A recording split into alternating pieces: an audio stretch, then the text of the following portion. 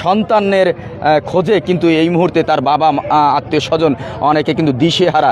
সিরাজগঞ্জের উল্লাপাড়া থেকে শাহজাদপুরে বিনোদনপ্রেমী এলাকা রাউতারা সুইচ গেটে পিকনিক করতে এসে এক কলেজ ছাত্র নিখোঁজ। স্থানীয় ফায়ার সার্ভিস কর্মীরা উদ্ধারের জন্য কাজ করছে, তবে এখনো লাশ উদ্ধার করতে পারেননি। জানা গেছে বুধবার সকালে উল্লাপাড়া উপজেলা থেকে বিভিন্ন শিক্ষা প্রতিষ্ঠানের শিক্ষার্থীরা শাহজাদপুরে বিনোদনপ্রেমী এলাকা বলে খ্যাত রাউতারা সুইচ গেটে আসে।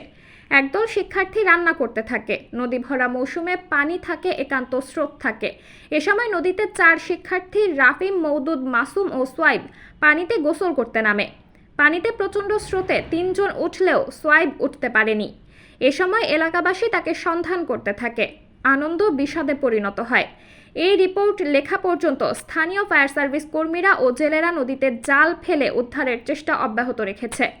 নিখোঁজ শিক্ষার্থী উল্লাপাড়া উপজেলার গোশগাতি এলাকার আব্দুল সালামের ছেলে বলে জানা গেছে।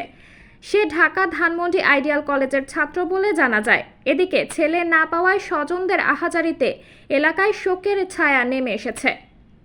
সাবরিনা জলিল, সবার কথা।